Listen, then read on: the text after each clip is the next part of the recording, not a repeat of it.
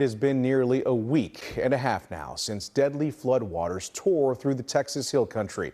The Kerr County Sheriff says that he believes they'll keep going strong for the next 2 months to several months now, possibly even 6 months. Jason Allen is in the hard-hit area of Kerrville. Water submerged roadways and overwhelmed rivers in Texas Monday, forcing volunteers searching for bodies from July 4th's flash floods in central Texas to evacuate to higher ground. We cannot afford to have people in the water and right next to the water that are not swift water rescue trained and capable of at least saving themselves from being near that water. Nearly 100 people are reported missing along the Guadalupe River.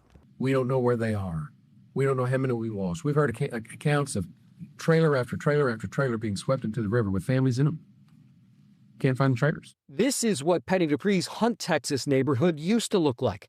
Now rubble is all that's left behind of the place she and her family gathered for nearly 2 decades, including on July 4th when it was flooded. When I saw that water coming through the front door, it looked like an ocean to me. Dupree and her 8 family members climbed to a loft, but rising water forced the group to break through the wall. Dupree's kids helped her swim onto the roof. You don't think about anything. You just do. You just react. Yep.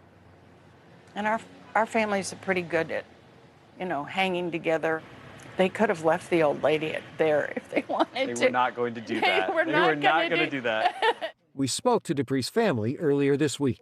And we're blessed, right? We have a tight-knit family. Family's the most important thing in my life, and God and family. That's what gets you through. And those are, that's what the flood did not take away. No, it didn't.